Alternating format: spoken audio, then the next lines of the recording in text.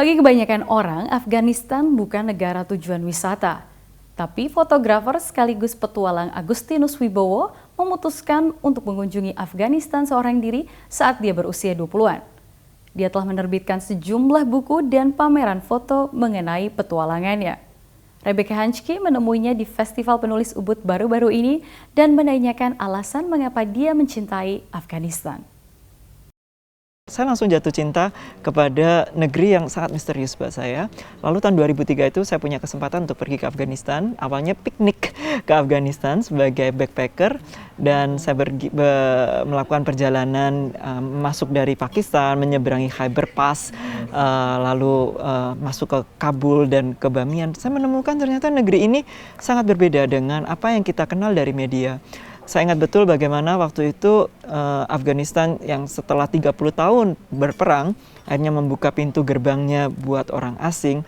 Ketika saya masuk ke situ, saya seperti makhluk dari planet Mars yang datang lalu dikelilingi orang-orang, banyak orang yang mereka seperti penuh keingintahuan untuk memandang kita karena mereka seperti terkunci dari dunia luar. Dan kemudian masuk ke Afghanistan itu memang seperti melintasi time zone, ya, pintu waktu. Time machine, mesin waktu, di mana seperti kita mundur 100 tahun lebih. Orang-orang di Afghanistan masih menggunakan kamera yang berupa kotak kayu dan fotografernya mengintip dari lubang kecil. Kemudian fotonya ya dikibas-kibas dan kemudian itu secara misterius wajah kita akan muncul. Jadi buat saya itu adalah magic. Afghanistan penuh dengan nuansa yang magis, segala hal yang tidak kita duga.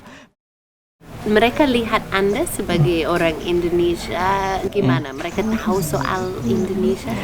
Orang Indonesia yang pakai bahasa mereka gimana? Indonesia cukup terkenal di Afghanistan. Begitu kita bilang dari Indonesia, mereka biasa langsung memeluk saya dan bilang, wah, apa kamu dari negara Muslim yang bagus gitu ya? Dan mereka berasumsi bahwa saya Muslim.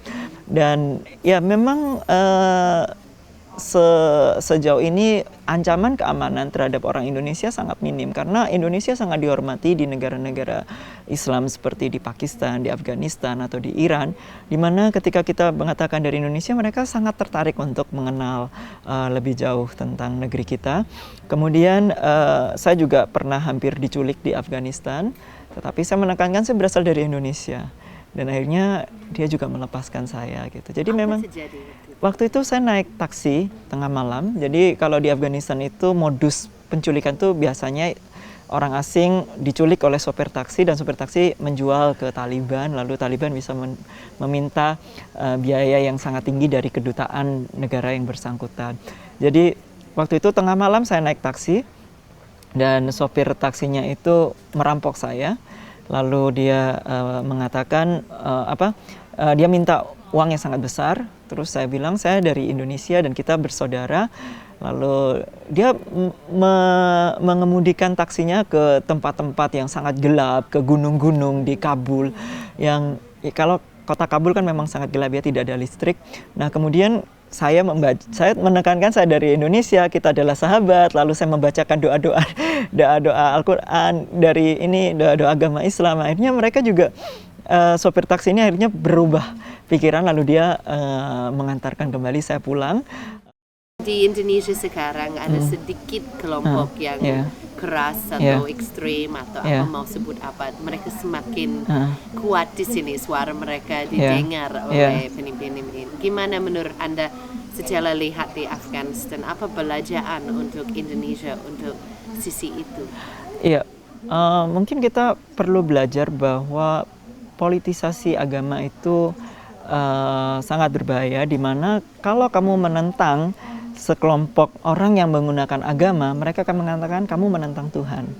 Padahal yang mungkin yang kita tidak setuju adalah cara pikirnya atau pelaksananya. Sedangkan misalnya Taliban atau beberapa rezim yang selalu bermain dengan agama, mereka menutupi korupsinya, menutupi perilaku yang tidak sesuai dengan ajaran agama hanya dengan label bahwa mereka adalah wakil dari Tuhan. Apabila istri menolak diajak berhubungan seksual dengan suami, maka suami berhak memukulnya. Dan itu sebenarnya adalah semacam kontrak politik, ya, dengan golongan Syiah, di mana akhirnya undang-undang itu diloloskan. Tapi karena akhirnya mengundang protes dari komunitas internasional yang ada di Afghanistan, akhirnya Karzai juga membatalkan undang-undang itu. Jadi kita lihat ketika agama pun sebenarnya juga digunakan untuk kepentingan politik gitu. Jadi yang pihak-pihak yang berkuasa itu menggunakan, kamu melawan agama, kamu melawan Tuhan, atau ya kalau kamu melawan kami itu sama dengan kamu melawan Tuhan, sesuatu seperti itu.